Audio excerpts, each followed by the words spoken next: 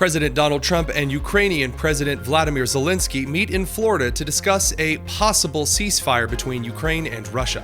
Independent investigations in Minnesota reveal Somali fraud extends to fake daycares, and legacy media ignore it all by focusing on a full day of speculating about AI. I'm Tony Kinnett, host of the Daily Signal's Tony Kinnett Cast, syndicated nationally at 7 p.m. Eastern. It is Monday, December 29th, 2025. This is the Daily Signal's top news in 10. Yesterday, the President of the United States hosted Ukrainian President Volodymyr Zelenskyy at his Mar-a-Lago resort in Palm Beach, Florida, for bilateral talks focused on ending the Russo-Ukrainian war. The meeting concluded with a joint press conference where both leaders expressed optimism about progress towards finally reaching an end to the Russo-Ukrainian war. I really believe we're probably, Mr. President, by far closer than ever before with both parties. We had some times when he was close and President Putin wasn't. Then when President Putin was close and he wasn't. You saw that in the White House, Mark.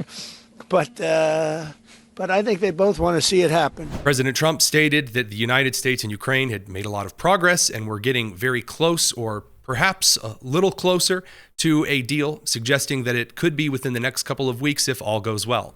The U.S.-Ukraine security guarantees, what number are we at right now? Well, I think you can say 95%, but I don't like to say percentages. I just think we're doing very well. We could be very close. There are one or two very thorny issues, very tough issues, but I think we're doing very well. We made a lot of progress today, but really we've made it over the last month. This is not a one-day process deal. This is very complicated stuff, but I think when the president says 95, I think, could be close to 95%. Yeah. While both leaders acknowledged one or two thorny issues, at least that's how they said it, that remain unresolved, including things like territorial disputes, President Trump noted that much has been agreed on regarding the 20-point plan derived from broader negotiations, including possible security guarantees, not just economically, but militarily, involving the United States if Russia were ever to participate in a second invasion of Ukraine. In your mind, sir, what are the thorniest issues still unresolved after the? Well, I think the land you're talking about. Some of that land has been taken. Some of that land is maybe up for grabs, but it may be taken over the next period of a number of months. And are you better off making a deal now? Look, let me tell you, they have been very brave. They fought very hard and continue to fight very hard and do tremendous damage. But Russia would like to see it end, and Ukraine would like to see it. And I think it's time to end. And a lot of very brave people, a lot of people that are dead right now, unfortunately. In a rather awkward display by ABC's Jonathan Karl on their Sunday show ABC's This Week, Karl attempted to suggest that President Donald Trump could be on the side of authoritarianism and pure, unfettered evil, in a question to Representative Mike Turner from Ohio on the Ukrainian visit to Florida. So now they're asking for security assurances for the future, to have their sovereignty, to have a future. Obviously, we need to be on the side of what they want, which is sovereignty. They're on the side of democracy, liberty, and Russia's on the side of authoritarianism and aggression. Which side is Trump on? Clearly, Trump is on the side of peace, and he's trying to balance these two forces, which is very, very difficult to bring these two parties together. But in balancing it, we have to understand that Russia's goal is to take from someone else something that's theirs, and Ukraine has to have a sense of security assurances that Russia's not coming back. But can I just ask you, because Trump has repeatedly said that Ukraine never should have started this war, or words to that effect. I mean, Ukraine didn't start this war. Well, they were invaded. Clearly. So how does that affect his effort to try to broker a peace deal?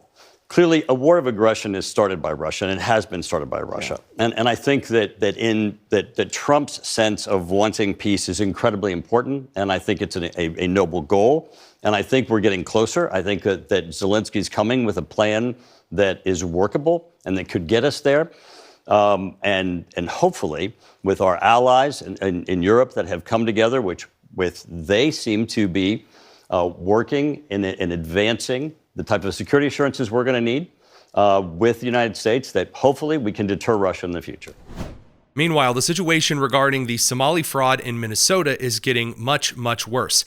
According to independent journalist Nick Shirley, who released a December 26th 45-minute documentary on a series of daycares in Minnesota, these daycares, run by Somali organizations, were receiving federal grant money, including that from the Small Business Administration, all to run daycare centers that, while in addition to spelling the word learning incorrectly in the title, hosted no children at all. Children here in your child care? Which child care, ma'am? Is a lot of Minnesota Child Care right here. It's from the state of Minnesota's website. We're just wondering where the children are.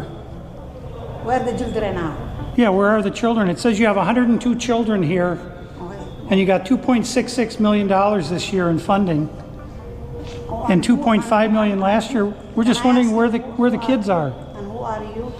My name's Nick Shirley. Nick Shirley. And where are you? Which department? That is harassment. Oh, we are from ourselves. Yeah. Hello, we'd like to ask where the money's going.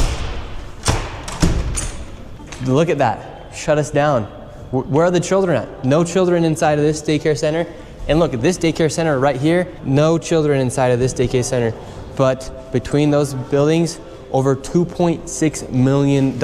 And this fraud is here at this daycare. Don't open up! So this is Quality Learning Center. I meant to say Quality Learning Center. Don't open They up! said they spelt learning wrong. Don't open up! How do you have ice here, ma'am? I'm literally a YouTuber. Don't open up! Ma'am, what do you think about the fraud that's taking place here in Minnesota? Don't open up! We have ice! I knocked on the door, and to my surprise, somebody actually answered the door. Hello? Can we speak? Yeah. I would like to check a child in the daycare. Why? Can I speak to a manager? Where can I get paperwork to file for my son? I wanted to put my son Joey in daycare. And after a few questions, the lady went silent. Looks like little Joey Shirley ain't going to daycare here. Other independent journalists from around the country have begun looking at records of Somali-run daycare centers in places like Washington State and Ohio. As one put it, there are 539 child care centers in Washington State that list Somali as the primary language. Most don't even give a street address.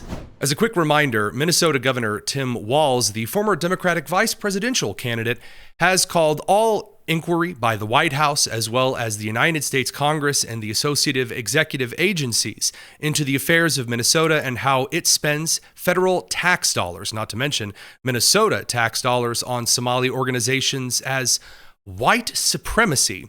Here's Tim Walz. So, this is what happens when your own federal government wages war against you. This is what happens when they target communities for their own benefit. This is what happens when they scapegoat. And this is what happens when they no longer hide the idea of white supremacy, when you hear the Vice President of the United States talk about now white people won't have to apologize for being white. That's never happened once in my whole damn life.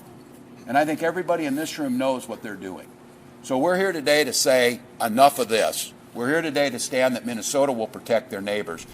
Now, normally when we do a Monday episode of the Top News in 10, we bring you a few updates from the Sunday shows, these legacy media shows that bring on some of the major business and political players from around the country and answer some top heavy-hitting questions from the legacy media's best, or at least what they used to be. But I'm afraid you're not going to find any of the conversation that the rest of the country is discussing on this major Minnesota fraud scandal that may now encompass multiple states from the Somali migrant influx.